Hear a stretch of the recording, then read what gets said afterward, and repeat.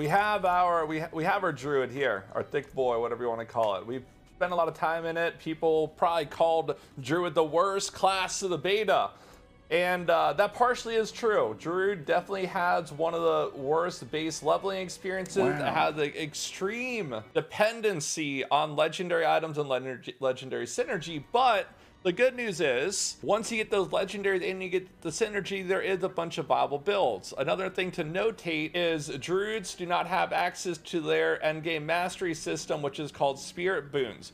How this is essentially going to work is you're going to unlock each one of these spirits. There's 4 different animals. Each one of these animals had like some type of passive buff that it gives you, and you can select one of each. So you put like one here, one there, one there, one there, and then you specialize in one animal, and you can select 2 things in that area. So one of your major like class defining systems is not available in the beta. We tried a bunch of different builds. We tried rabies, we tried earth build with landslide, we tried full like Diablo II elementalist tornado druid with hurricane, and then also pulverize, what happened to be my favorite build, which is kind of like a werebear. Now I'm just going to go over my favorite build real quick and just tell you guys a little bit about it. Almost every single druid build, first off, is enabled by legendaries. It does like small damage until you get these legendaries. For this build especially true, you need a couple legendaries to make it work. You need this acidic power, pulverize, create the shockwave, and you want on your weapon. And then there's this legendary power also, where pulverize is now an earth skill, and after casting pulverize, it leaves some tectonic plates.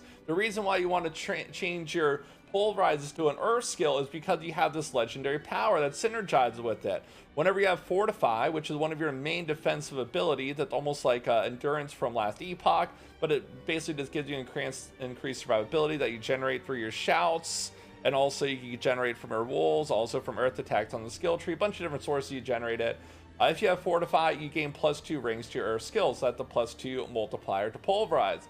In addition to that, we also have gloves that give us plus damage to pulverize also, so that's how we're scaling that there. But yeah, this build is basically dependent on these 2 pulverized legendaries, and then having this is more damage, and then earth skills deal increased damage to CC stuff. That's another multiplier you want.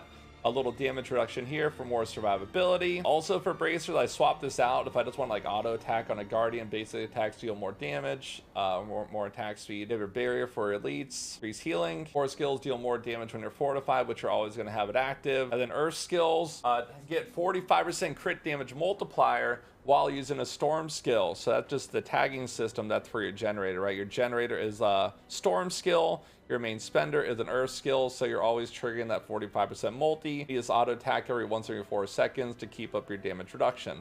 This happened to be my favorite build. You kind of just scale a bunch of overpower damage, as you can see on my weapon. You scale up a bunch of willpower, but that's flat damage increase, crit damage, crit chance, and you want to get as much life as humanly possible too. Now for the skill build, this is what we're going to go over right here.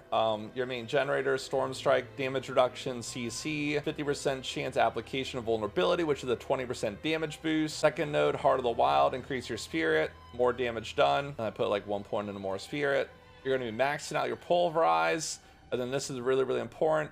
You want to remain healthy, right? So you have tons of survivability, you have all these shields and stuff. And if you remain healthy, every 10 seconds, you generate this overpower and just hits for 15,000 damage. Pretty huge. You could also spec in like this little overpower thing here, or like damage reduction for more survivability, but you don't need it. And then predatory instincts to get also, you don't know skill points for it. This is very, very important. Earth and bulwark, this grants you your survivability, also grants you fortify, but also gives you unstoppable, so you get CC by anything, you can break it, so you're not just sitting there. Earth and bulwark grants more fortify, and then I also use debilitating roar that grants you fortify, or fortify, and then also gives you heal over time, so you keep your health over 80%. And that's why you also have this legendary add-on that synergizes with it. Whenever you're around enemies, you're gaining life per second. Over here, I got wolves. The wolves not really needed, but for single target stuff, it helps keep up your fortify. You just go for some more damage increasing stuff if you want. Like you just allocate in this crit node, or go in vines for the CC and guaranteed critical strike chance is nice too. So wolves to guarantee fortify, vines more critical strike chance. For this last node, this one's interchangeable. I was just running hurricane for a little extra damage. The CC stuff guaranteed, and then also some more damage reduction. You could also run trample if you want more movement speed. Also gives you some more spirit to fortify. Or you could run the ultimate ability, which is Grizzly Rage, but I was really disappointed in Grizzly Rage. it actually made the build feel worse, and that goes for a lot of ultimates in the game, so I opted to not run it, but it has this little stacking buff and damage reduction. But whenever I use Gridley Rage, it uses Maul as your generator, and then it wouldn't proc my stuff that gave me huge critical hit damage multipliers, so I opted not to use it. That's basically what we did with our Druid, and probably my favorite build overall for the class.